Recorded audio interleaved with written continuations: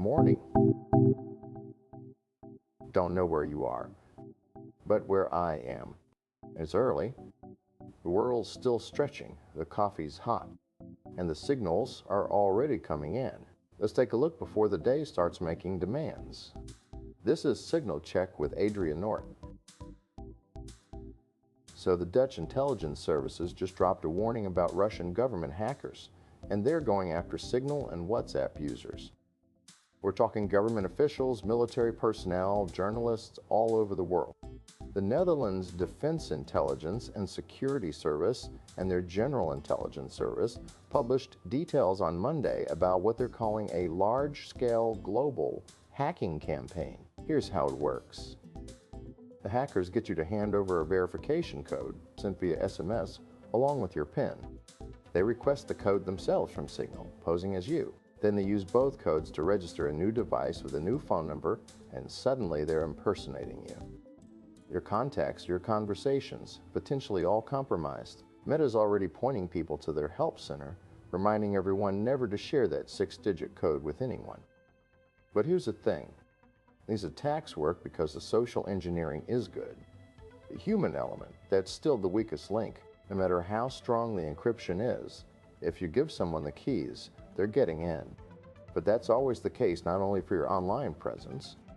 If you give some stranger the keys to your house, well then, you can expect a certain outcome. North Korean IT worker scams. Not exactly new, right? We've been hearing about DPRK operatives posing as freelance developers for a while now.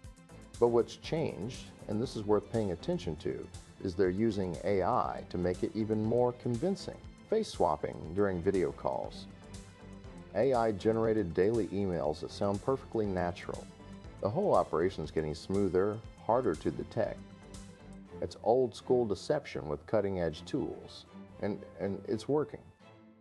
Companies are still hiring these workers, unknowingly funding the regime. The tech gets better, the scam stays the same. Okay, shifting gears here. At the Canadian Masters Indoor Championships this past weekend, a 102-year-old man won 4 events. His name's Sek Hoon, longtime Canadian Masters standout, multi-event record holder.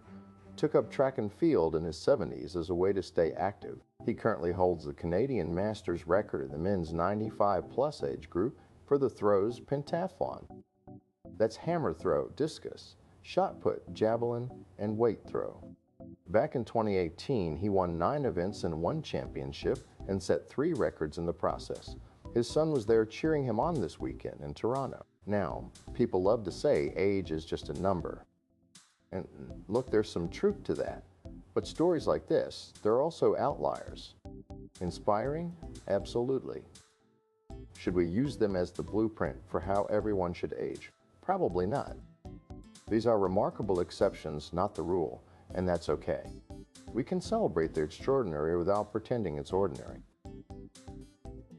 Last one. A Denver high schooler just became the youngest person ever to send bouldering's hardest confirmed grade. He's been chasing this challenge for years, bouldering his age, climbing a B12 at age 12 all the way up to B17 last week. What I love about this, and it's similar to hacking honestly, is that one day some young prodigy comes along and does something so out of the ordinary it leaves the old guard shaking their heads. Climbing and hacking, they shouldn't be about age or years of experience. They should be about results, about what you can actually do. Doesn't matter if you've been at it for 30 years or 3. Either you can scale the wall or you can't. Either you can break the system or you can't.